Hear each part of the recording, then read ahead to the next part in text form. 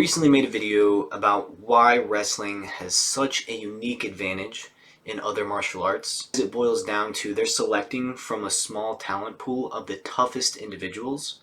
And these people in America specifically come up through a middle school system that selects amongst the toughest middle schoolers, gets them drilling, doing techniques, conditioning to get used to grappling so they build it in their system.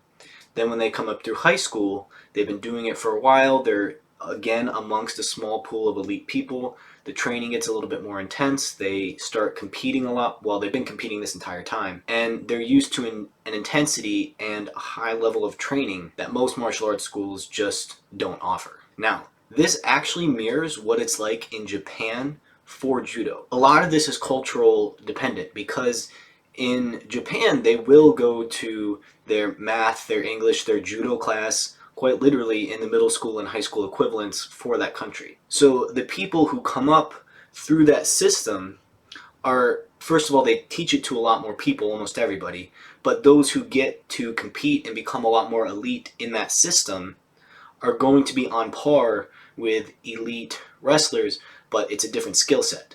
But in America specifically, since wrestling is very ingrained into the middle school, high school, and collegiate systems where the majority of people who live in America go through, they have access to a smaller, more elite talent pool than the American Judo clubs.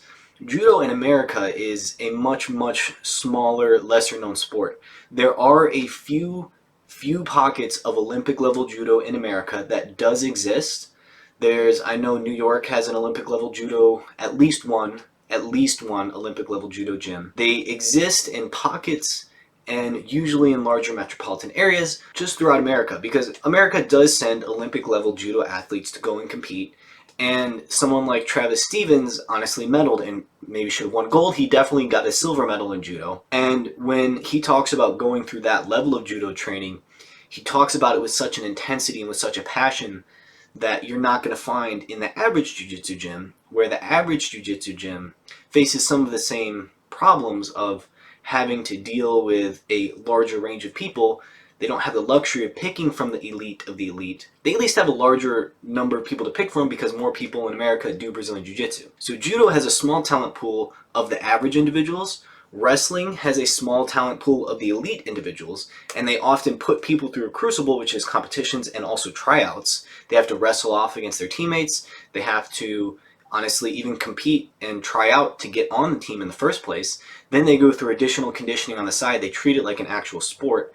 And then once you go to college, if you're selected to get a scholarship for college wrestling, you are the elite of the high schoolers, and you're getting picked from a very small talent pool to compete in a very elite talent pool of other people like you, of other elite people. If you make it up through Olympic level Judo in one of the small pockets in America, you will have a similar experience, but the only reason you can compete in there is because you get that competition experience by quite literally traveling to where the elite level Judo competitions are.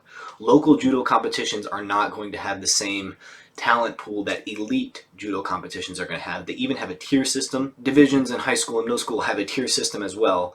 You know, Division 1 is the top tier, and then they have other tiers below it. Judo has a tier system. The closer you get to the Olympics, you win points for placing in those competitions. You use a certain number of points, you can go on to the next one, and then eventually to the Olympics. So once you start pushing in those high levels of either field, you're going to get a comparable level of athlete who has a different skill set. But the Jiu-Jitsu just has a larger talent pool, and so certain large gyms will be able to select from that gym the people who show up every day, who maybe have other sources of income, who whatever life circumstance they're in, they can train most of the time. Like the Danaher Death Squad, certain individuals from that gym, they made a small elite team of the large talent pool. So they did get to pick, since it's such a large talent pool, certain individuals be elite. You can pick those guys up and start doing the professionals.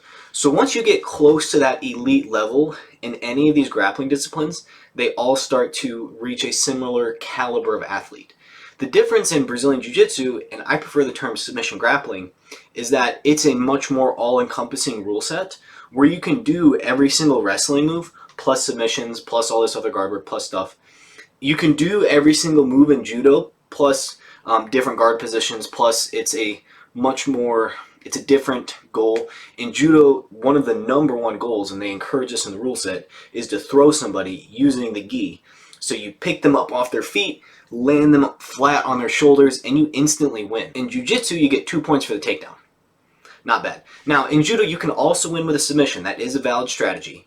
There are usually about 30 seconds of groundwork that you can do in a Judo competition, and in that time, if you didn't throw them, but you end up on the ground because you kind of off balance them, but they land maybe in a turtle type position, you can try to do arm bars, you can try to do cross chokes. There is technically a little bit of guard work, but they will try to stand you up if they don't see you really moving towards a submission in that time. So the sad part in America for Judo is that the average Judo school is a very small pool because not a lot of people want to do Judo in America. For many different reasons, it's just not as popular. Jiu-Jitsu is marketed very well, and the fact of the matter is, since they cater to average individuals, since everybody can do Jiu-Jitsu, and they have better marketing, it's honestly a little bit more fun because you're not getting picked up off your feet and slammed on the mat every single day. Now you can do that. You can have a Judo portion of class, but you're going to be focused on the broader goal of getting people to give up in a submission hold, which is why it's called submission grappling. Now there are a bunch of different rule sets in Jiu-Jitsu, but they just have a larger pool in general. Because it's a lot more, they can do much more average individual stuff. There's masters competitions, so the older people get to compete with people their age. And it's a lot more inclusive in Jiu-Jitsu, and that's one of the reasons why I love it so much, because since it's so inclusive, you can eventually go up to the elite levels of competition, but you can also start at a much lower level of competition, and it's just because it's more popular. So that's really how the talent pool is different in American wrestling, American Judo, and American Brazilian Jiu-Jitsu. American Jiu-Jitsu, Jiu-Jitsu in America. Submission grappling in America. Really, that's what it's called. Over in Japan and places like that, their judo system is a lot more like the American wrestling system, and they're just going to have different rule sets. Obviously, in judo, you're going with a gi, you're mostly focused on upper body, although recently they changed the rules so you can start to grab the legs, which is much more all-encompassing of stand-up plus gi. In wrestling, there's no gi. Obviously, you're not allowed to grab one of the singlet and things like that, but it's a very small talent pool in America. In Japan, I don't think they have as many straight-up wrestlers as they do judo players, so it's a different scene over there. Their wrestling scene in Japan might look similar to our judo scene in America. But the most all-encompassing is submission wrestling, submission grappling. So we're finding now that the elite wrestlers, the elite judo players, the elite jiu-jitsu players, of which there's the largest pool, are all competing around certain tournaments like the Craig Jones Invitational, ADCC, sometimes Worlds, but honestly the Gracie's Worlds level tournaments are falling out of favor. Mikey Musameshi recently got signed for the UFC. So really it's going to the Jiu-Jitsu because it's the most popular, and certain people are rising out of that talent pool and becoming the elite of the elite. But if you made it through in America, the wrestling system to college, you are one of the elite people, and you can come and plop yourself in at a pretty high level in Jiu-Jitsu fairly quickly compared to someone who starts in Jiu-Jitsu and is not an elite person, is an average person and trains an average amount of time. But the cool thing about Jiu-Jitsu is those people can come up and still have that same experience of competing against people on par with them. Because especially if you're a male, there's enough Jiu-Jitsu people at any given belt and any given weight class, if you go to the right tournament, and any given age, if you're a male, if you go to the right tournament, you can get levels of competition. Even at local competition, you can get some level of competition with someone who's somewhat equivalent to you.